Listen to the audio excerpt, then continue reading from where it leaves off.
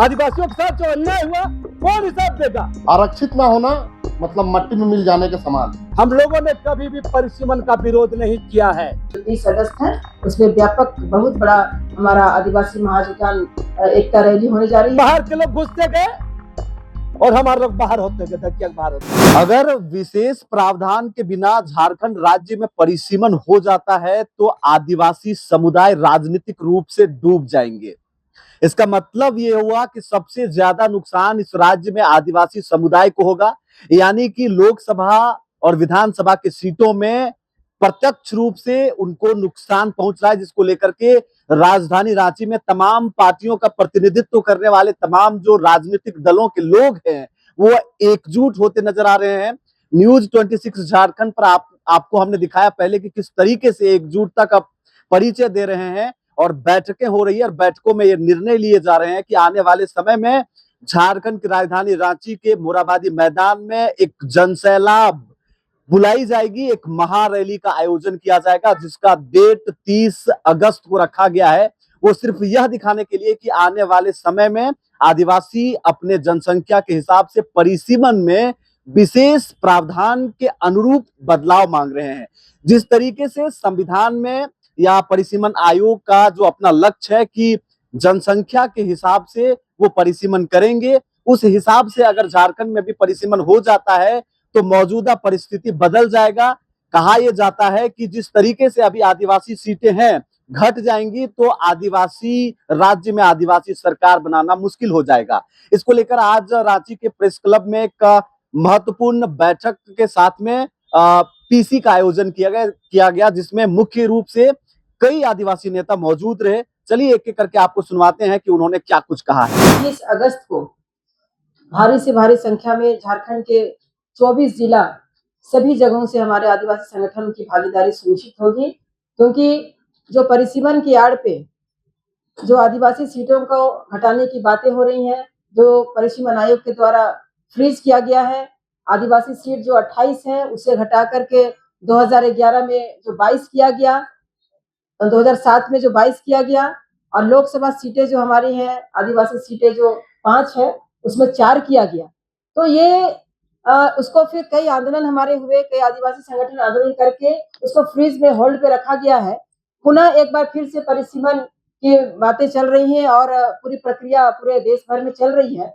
हम लोग चाहेंगे कि ये सीट ना घटे, क्योंकि आदिवासी का सीट अगर घटेगा तो आदिवासी को मिटाने की जो साजिश चल रही है उसको हम लोग नहीं चलने देंगे, जिसके लिए आज हम लोग आप लोगों के समक्ष आए हैं। आप लोगों के माध्यम से हम लोग बताना चाहते हैं कि जो 30 अगस्त है उसमें व्यापक बहुत बड़ा हमारा आदिवासी महाजुटान एकता रैली होने जा रही है, जिसमें सभी जिलों की भागीदारी होगी। उसके बाद परिसीमन आयोग से भी हम लोग समय लेना चाहते हैं, हो सके हम लोग महामहिम राष्ट्रपति जी से भी हम लोग समय लेकर के हम लोग अपनी बातों को रखने का काम करेंगे, क्योंकि संवैधानिक पद पे जो सबसे सर्वोच्च पे बैठी हुई है महामहिम जी, उनके द्वारा अगर इस बातों को हम लोग बताएंगे, क्योंकि उन्हीं के द्वारा रोका गया था, फ्रीज किया गया था, पुनः एक बार अगर इस प्रकार की बातें आएंगी तो हम लोग महामहिम से भी मिल करके इस बातों को रखने का हम लोग काम करेंगे। परिसीमन का हम लोग स्वागत करते हैं, परिसीमन होना चाहिए, लेकिन परिसीमन के आड़ में आदिवासियों का सीट ना घटे इसका हम लोग ध्यान रख रहे हैं, चाहे लोकसभा हो या फिर विधानसभा हो। अगर सीटें घटाई जाएंगी तो झारखंड में जो अभी तक जो उग्र आंदोलन है, जो विरोध प्रदर्शन जो हुआ है, उससे भी ये ताबड़तोड़ विरोध होगा।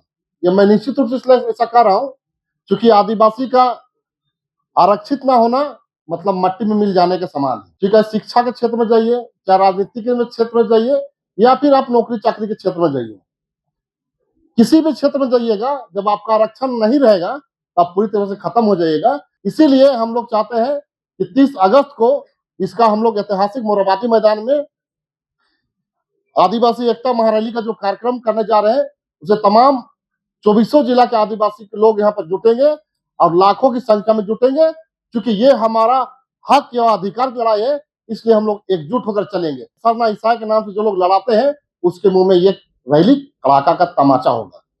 मैं इसलिए ऐसा कह रहा हूं कि ये लोग सिर्फ और सिर्फ आदिवासियों को एकता को बांटना चाहते हैं, आदिवासियों का हक अधिकार की बात करना नहीं चाहते हैं। इसलिए इस तरह का जहर ला करके आदिवासी के बीच में डाल करके विषैला बात फैलाने का काम करते हैं। और केंद्र सरकार से मांग करेंगे कि अगर हमारे परिसीमन के आड़ में अगर हमारा सीटें घटी, इसका जवाब केंद्र सरकार को देना होगा। बहुत सारे राजनेता, पत्रकार, बुद्धिजीवी की सीटें बढ़ाया जाएगा तो सीटें आदिवासी की बढ़ेगी। सवाल वो नहीं है, सवाल अनुपात में सीटें आदिवासियों की घटेगी।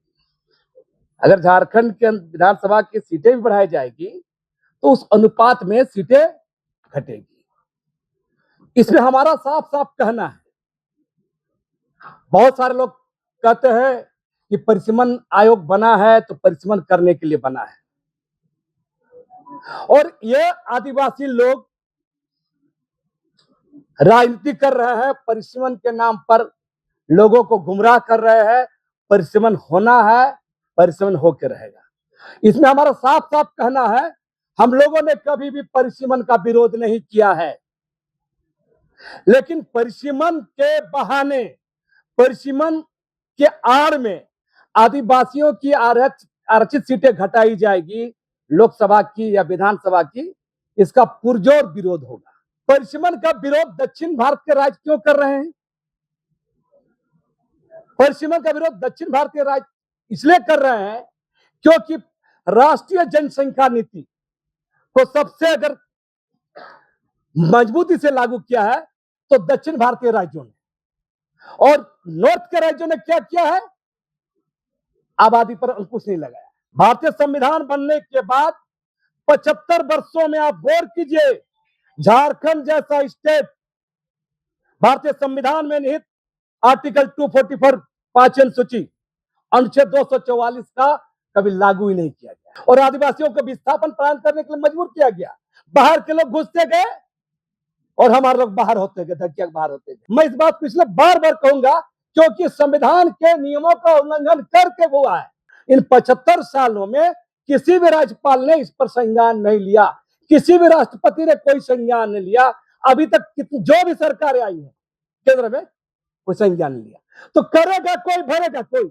और ये 75 सालों में आदिवासियों के साथ संवैधानिक अन्याय हुआ है, संवैधानिक छल हुआ है, संवैधानिक अपराध हुआ है। इसका भरपाई कौन करेगा? अगर सही में इस देश के अंदर में लोकतंत्र है, सही में इस देश के अंदर संविधान है, सही में इस देश के अंदर संसद की भूमिका में है, तो इस सवाल का भी जवाब देना होगा भारत के संसद को, राजमशीनरी को। मैं इस पार्टी उस पार्टी की बात नहीं कर रहा हूं। गठबंधन की सरकार हो, कांग्रेस की सरकार हो, या अभी वर्तमान 2014 से चली आई मोदी सरकार हो, कोई भी सरकार हो, इसका जवाब देना होगा।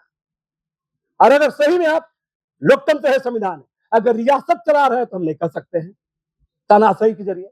और ये 75 सालों का नाइंसाफी का जवाब कौन देगा? आदिवासियों के साथ जो अन्याय हुआ कौन हिसाब देगा? इसका भी जवाब चाहिए। और इसलिए हमारा साफ साफ कहना है, परिसीमन हो।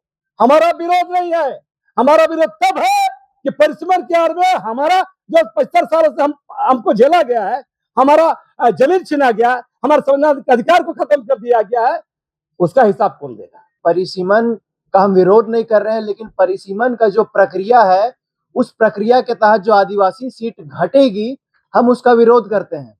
तो इस संबंध में एक बड़ा आदिवासी एकता महाजुटान रैली को लेकर के प्रस्ताव आया था, जिसको लेकर के सर्वसम्मति से सभी ने प्रस्ताव पारित किया था। सभी 24 जिला में रैली को लेकर के रथ जाएंगी, और हम सभी 24 जिला जाकर के टीम बना करके हम जाएंगे। कोर कमेटी का गठन किया गया है, लगभग उसमें 40 से अधिक लोग हैं। एक वार रूम को लेकर के भी गठन किया गया है।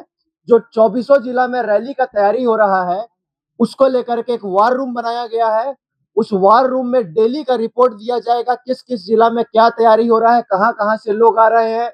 और निश्चित रूप से 30 तारीख को एक ऐतिहासिक रैली में हम लोग लाखों की संख्या में आएंगे और ये संदेश देने का काम करेंगे कि हम आदिवासी समाज एक हैं